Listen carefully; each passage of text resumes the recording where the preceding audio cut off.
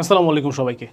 তোমরা ইতিমধ্যে অনেকেই ভার্সিটি এ ইউনিট কিংবা ইঞ্জিনিয়ারিং কিংবা মেডিকেল প্রস্তুতি নিতে শুরু করছো এবং সেই জন্য বিভিন্ন কোচিং সেন্টারে অফলাইন ভর্তি আসো এবং তাদের যে ডেইলি এবং উইকলি এক্সামগুলো হচ্ছে সেই ডেইলি এবং উইকলি এক্সামগুলোতে তুমি আসলে ভালো করতে পারছো না।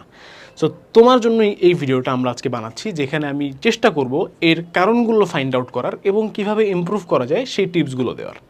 আমি আকিব আহমেদ প্রত্যয় পড়াশোনা করছি ঢাকা বিশ্ববিদ্যালয়ের ট্রিপল ডিপার্টমেন্টে। তো চলো জেনে নেই কেন তুমি ডেইলি এবং উইকলি এক্সামে প্রতিনিয়ত খারাপ করছো। So let's start. সব কিছু শুরু করার আগে আমি একটা প্রশ্নের উত্তর দিতে চাই, যে প্রশ্নটা অনেক বেশি কমন তোমাদের মধ্যে এবং তোমরা সুযোগ পাইলে এই প্রশ্নটা জিজ্ঞেস করো।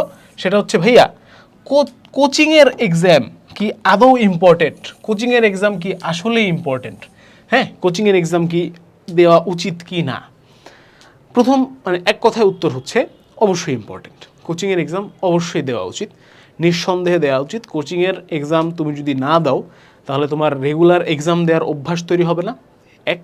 দুই নাম্বার হচ্ছে তুমি রিয়েল লাইফ এক্সামের ফিল পাবা না এবং তোমার মধ্যে পড়ার যে প্রেশার বা চাপ সেটা সৃষ্টি হবে না। সুতরাং কোচিংয়ের এক্সাম অবশ্যই দেওয়া উচিত। কোচিংয়ের এক্সামের মার্কস কি ম্যাটার করে? একটা কথা বলি, কোচিংয়ের মার্কসটা ম্যাটার করে অবশ্যই, কিন্তু কোচিংয়ের মার্কসের যে ইস্যুটা হয় যে কম্পিটিশনটা অন্যদের সাথে দেখি আমরা, সেটা না দেখে কম্পিটিশনটা হওয়া উচিত তোমার সাথে, যে তুমি রেগুলারলি ইমপ্রুভ করতে পারতেছো কি না। তুমি রেগুলারলি ইমপ্রুভ করলে দ্যাটস ফাইন। তোমার নিজের সাথে নিজেকে কম্পেয়ার করতে হবে, প্রতিনিয়ত ইমপ্রুভ করার জন্য দেখতে হবে, ঠিক আছে? সো এক কথায় উত্তর, কোচিংয়ের এক্সাম আসলে important. Yes, of course it is very very important. Okay, এবার আমরা আসি যে কেন তোমার কোচিংয়ের এক্সামগুলো খারাপ হচ্ছে বা ডেইলি উইকলি এক্সামে কেন তুমি প্রতিনিয়ত মারা খাচ্ছ। ঠিক আছে, এক নাম্বার পয়েন্ট, দুর্বল বেসিক, কলেজে ফাঁকি দেওয়া। তুমি কলেজ লাইফে ফাঁকিবাজি করছো, ঠিক আছে? তুমি নিজেকে জিজ্ঞেস করো যে তুমি কলেজ লাইফে ফাঁকিবাজি করছো কি করো নাই। উত্তর যদি হ্যাঁ হয় তাহলে তোমার অবশ্যই অবশ্যই অবশ্যই ডেইলি এবং উইকলি এক্সাম খারাপ হবে। কেন?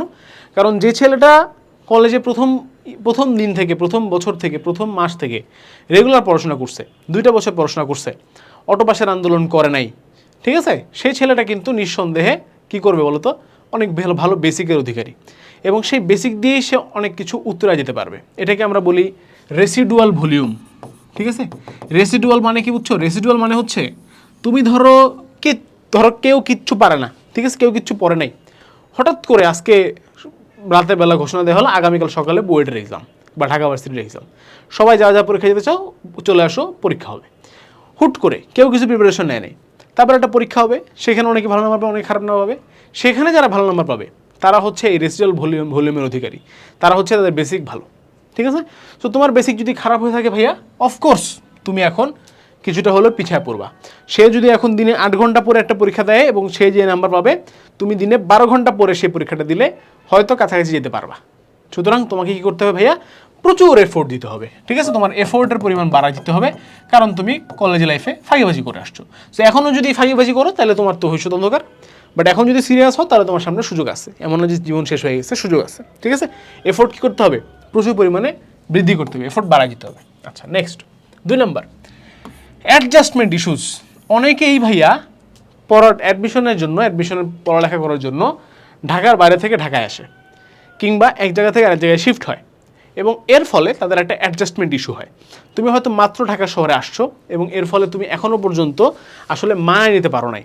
তুমি এখনও পর্যন্ত যে কোচিং সেন্টারে পড়তেছো ম্যাক্সিমাম স্টুডেন্ট উদ্ভাসে পড়ে, তো উদ্ভাসের তুমি এখনও পর্যন্ত ওদের পড়ানোর স্টাইল, ওদের প্রশ্নের স্টাইল, এগুলোর সাথে তুমি নিজেকে খাপ খাওয়ায় তুলতে পারো নাই, খাপ খাওয়া উঠতে পারো নাই, এই জন্য তোমার পরীক্ষা খারাপ হচ্ছে। সো এটা নিয়ে আসলে টেনশনের কোনো কারণ নাই, কারণ তুমি যদি নিশ্চিত থাকো যে না ভাইয়া আমি কলেজে আসলে ফাঁকিবাজি করিনি, আমার বেসিক ভালো, আমি জানি পারি, বাট আমি অ্যাকচুয়ালি অ্যাডজাস্টমেন্ট ইস্যুর কারণে আমার খারাপ হচ্ছে, দেন তো ইটস ফাইন। তুমি অ্যাডজাস্টমেন্ট ইস্যুগুলো ফিক্স করে ফেলো, তোমার জীবন এমনি সুন্দর হয়ে যাবে এবং 1টা 2টা 3টা উইকলি বা ডেইলি খারাপ হলে আসলে কিছুই যায় আসে না, ঠিক আছে? কারণ জার্নিটা অনেক লম্বা। হ্যাঁ, এটা একটা কি রেস বলো তো? এটা একটা ম্যারাথন রেস, মানে এটা একটা অনেক দূর যাওয়ার রেস, ঠিক আছে? আচ্ছা, নেক্সট, টাইম ম্যানেজমেন্ট ইস্যু।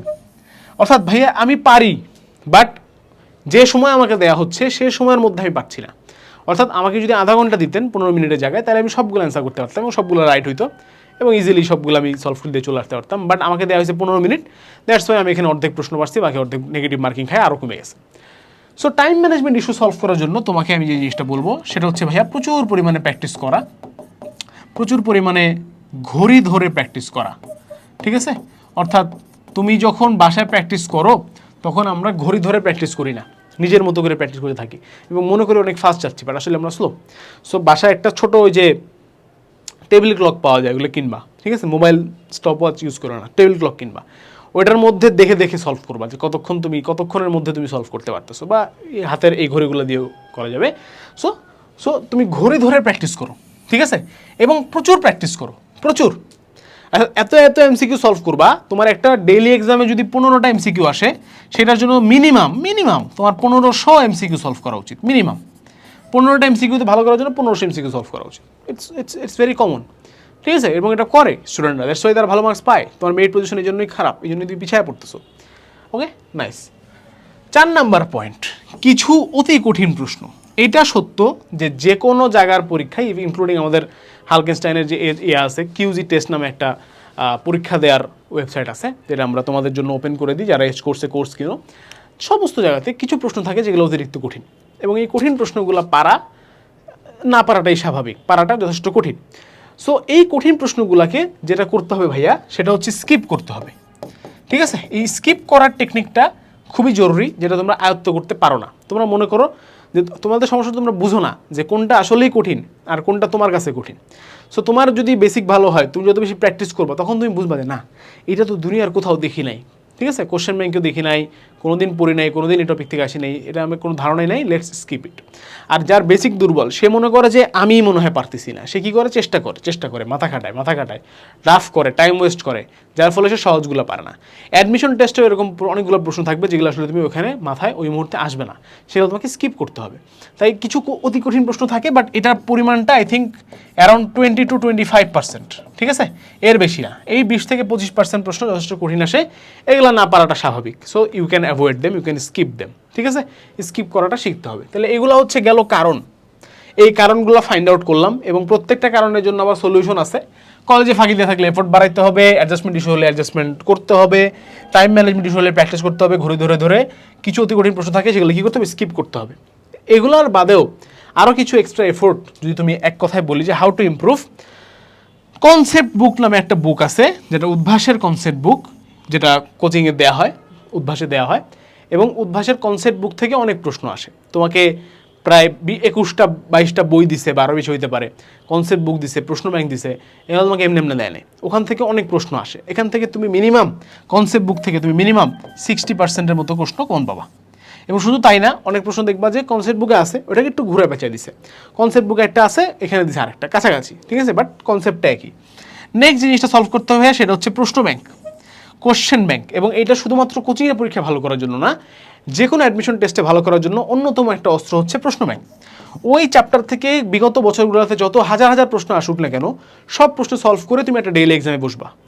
নিশ্চিত থাকো ভাইয়া, যদি সমস্ত প্রশ্ন ব্যাংক থেকে সলভ করে যাও, তাহলে তুমি অ্যাটলিস্ট, মানে তুমি অ্যাডমিশন টেস্টে তুমি 60-70% কমন পড়ে, আর কোচিং সেন্টারের প্রশ্নেও অ্যাটলিস্ট তুমি 30%-এর মতো কমন পাবা directly from the question bank থেকে কমন পাবা। এবং নেক্সট সেটা হচ্ছে বেশি বেশি প্র্যাকটিস করা, যেটা আমি আগেও বলছি যে 15টা এমসিকিউর জন্য মিনিমাম 1500টা এমসিকিউ তোমাকে বাসায় প্র্যাকটিস করে যেতে হবে, তাহলে তুমি অটোমেটিক্যালি ভালো করতে পারবা।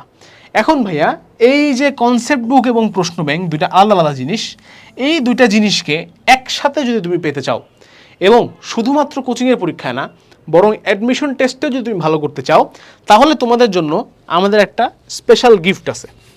গিফটটা হচ্ছে ভাইয়া QnA DU or university analysis mega book. Same জিনিস বইটার জন্য আছে, ইঞ্জিনিয়ারিং প্রিপারেশন নিচ্ছ, বাট আজকে আমি এটা নিয়ে কথা বলতে চাই। এই বইটার মধ্যে ভাইয়া তোমাদের যে কোনো কোচিং সেন্টার, শুধু অভ্যাস না, যে কোনো কোচিং সেন্টারের যে কনসেপ্ট বুকটা দেওয়া হয়, তার মধ্যে যা কিছু আছে এর মধ্যে তার থেকে বেশি জিনিস আছে। ওখানে টাইপ ভিত্তিক জিনিসপাতি থাকলে এখানেও টাইপ ওয়াইজ জিনিসপাতি আছে। এবং এই বইটার আরেকটা স্পেশালিটি হচ্ছে এইটা একটা প্রশ্ন ব্যাংক, ঠিক আছে? আমি একটু তোমাদেরকে যে কোনো একটা বই একটু খুলে দেখাই। আমার সামনে ম্যাথ বইটা আছে। সো ম্যাথের আমি যদি তোমাকে একটু খুলে দেখাই, যে দেখো এই যে ত্রিভুজের গুণাবলী, ঠিক আছে? ত্রিভুজের গুণাবলী, এরপরে সূত্র, হ্যাঁ, এরপরে ত্রিভুজের ধর্ম ও ত্রিভুজটি কী রূপ তা নির্ণয় করা। এখানে তোমাকে টাইপ ওয়াইজ জিনিসগুলো পড়ানো হচ্ছে, এবং প্রত্যেকটা টাইপের শেষে কী আছে, প্র্যাকটিস প্রবলেম আছে, এবং এক্সাম্পল দেয়া আছে সলিউশন সহ, ঠিক আছে?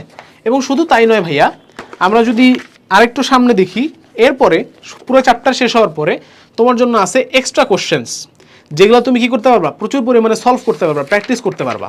সো দেখো এই প্রশ্নগুলো তুমি যদি প্র্যাকটিস করে যাও, বাবা তুমি যেই কোচিং সেন্টারে পরীক্ষা দাও না কেন, যেই কোচিং সেন্টারে পরীক্ষা দাও না কেন, কমন পড়তে বাধ্য। এই দেখো এখানে শুধু ত্রিকোণমিতির উপরে আমি উল্টা শেষ করতে পারতেছি না, 235টার মতো তোমার প্রশ্ন দেওয়া আছে, ঠিক আছে।